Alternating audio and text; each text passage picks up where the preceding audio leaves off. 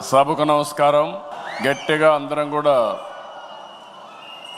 ఎన్టీఆర్ అంటే గట్టిగా మీరు అమర్హని గట్టిగా చెప్పాలి. రీసౌండ్ రావాలి. మీ నియోజకవర్గాల్లో కూడా ఈ శబ్దం వినిపించాలి. ఎన్టీఆర్, ఎన్టీఆర్, ఎన్టీఆర్, తెలుగుదేశం, తెలుగుదేశం, తెలుగుదేశం. ఇప్పుడే మనం చూసాం, యుగ పురుషుడు మనల్ని ఆశీర్వదించడానికి స్వర్గం నుంచి దిగొచ్చి నిండు మనసుతో ఆశీర్వదించాడు. అది కూడా మీరు ఒకసారి చూస్తే, నేను ఐటీ మాట్లాడాను, అప్పుడు నమ్మలేదు. ఇప్పుడు ఎన్టీ రామారావు గారే వచ్చి మనల్ని దీవించారంటే అది ఆర్టిఫిషియల్ ఇంటెలిజెన్స్ అని చెప్పి కూడా నేను మీకు తెలియజేస్తున్నా. ఆయన తెలిసిన వాళ్ళకందరికీ అర్థమవుతుంది. ఇలాంటి వినూత్నమైన కార్యక్రమాలతో మనం ముందుకు పోతున్నాం. మహానాడుకి సముద్రంలా పోటెత్తి వచ్చిన తెలుగు తమ్ముళ్లకు, చెల్లమ్మలకు, టీడీపీ వీరాభిమానులకి అందరికీ మరొక్కసారి నా నమస్కారాలు.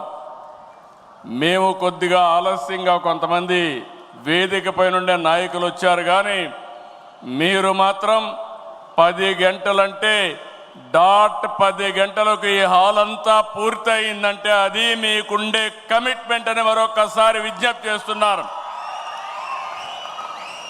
మహానాడు తొలి రోజు పలు కీలక అంశాలపై మనం చర్చించుకున్నాం.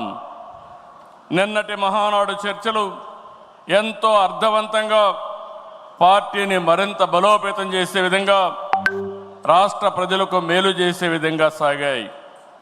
ఈరోజు మన పార్టీ వ్యవస్థాపక అధ్యక్షులు, తెలుగు తేజం, తెలుగు ప్రజల ఆత్మ గౌరవ శిఖరం, తెలుగు పౌరుషం, సినీ రాజకీయ సార్వభౌముడు శ్రీ నందమూరి తారక రామారావు గారి జయంతి. సాధారణంగా ఒక వ్యక్తిని కానీ, ఒక సినిమా హీరో కానీ, ఒక రాజకీయ నాయకుడిని కానీ కొంతమంది వ్యక్తులు, కొన్ని సమూహాలు, కొన్ని వర్గాలే అభిమానిస్తాయి. కానీ తెలుగు జాతి మొత్తం అభిమానించే, ఆరాధించే, గుండెల్లో పెట్టుకునే ఏకైక నాయకుడు నందమూరి తారక రామారావు గారు. ఎన్టీఆర్ జయంతి అంటే తెలుగు జాతికి ఒక పండుగ రోజు, ప్రతి ఒక్కరూ స్మరించుకునే రోజు. మనకు తెలిసిన, మన కళ్ళ ముందు కనిపించిన యుగ పురుషుడు ఒకే ఒక వ్యక్తి, ఎన్టీఆర్. ఒకే వ్యక్తి 2 రంగాల్లో రారాజుగా రాణించడం మనం చరిత్రలో చూడలేదు. ఎన్టీఆర్ జీవితంలో ఎన్నో మలుపులు, మరెన్నో మెరుపులు, ఇంకెవరి జీవితంలో చవి చూడని మజిలీలు. ఒక సాధారణ ప్రభుత్వ ఉద్యోగ ప్రస్థానం మొదలుపెట్టి తెలుగు సినీ చరిత్రలో ఎవరెస్ట్గా ఎదగడం, ప్రజల కోసం పార్టీ పెట్టి ముఖ్యమంత్రి కావడం, ఇది అనితర సాధ్యం. ఎన్టీఆర్ జీవితం పూల పాన్పు కాదు, నిరంతరం పోరాటాలతోనే ఎదిగారు.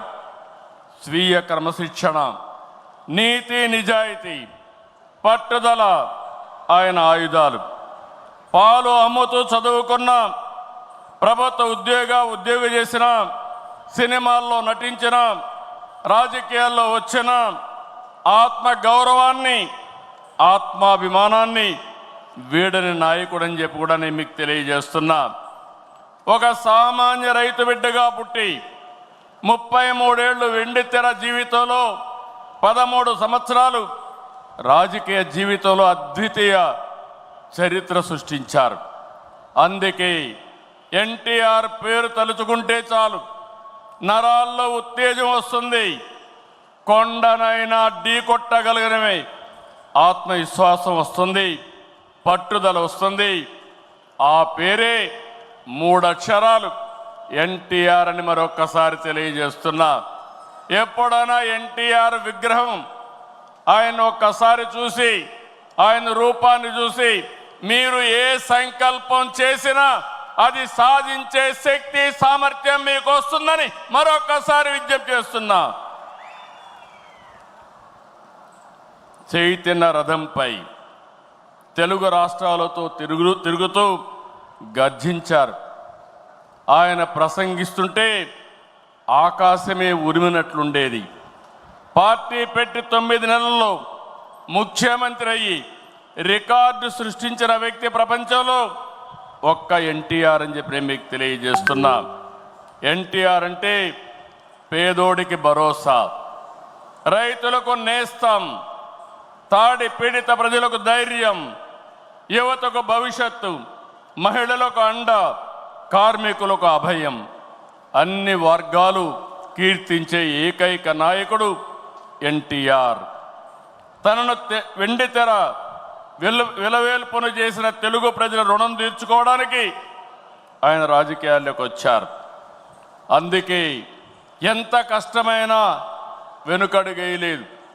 60 సంవత్సరాల్లో రాజకీయాల్లోకి వచ్చి చరిత్ర సృష్టించిన వ్యక్తి. ప్రజలపై నుండే ప్రేమాభిమానాలు, అవినీతి రాజకీయాల్ని కడిగి పారేయాలనే పట్టుదల ఆయన రాజకీయాల్లోకి తీసుకొచ్చింది. సమాజమే దేవాలయం, ప్రజలే దేవుళ్ళు అనేది పార్టీ సిద్ధాంతంగా మార్చారు. అధికారం అంటే బాధ్యతని చాటి చెప్పారు. పదవి అంటే సేవ చేసే అవకాశమని నిరూపించారు. పాలకులంటే సేవకులని చెప్పి దేశ రాజకీయాల అర్థాన్నే మార్చిన ఏకైక నాయకుడు ఎన్టీ రామారావు.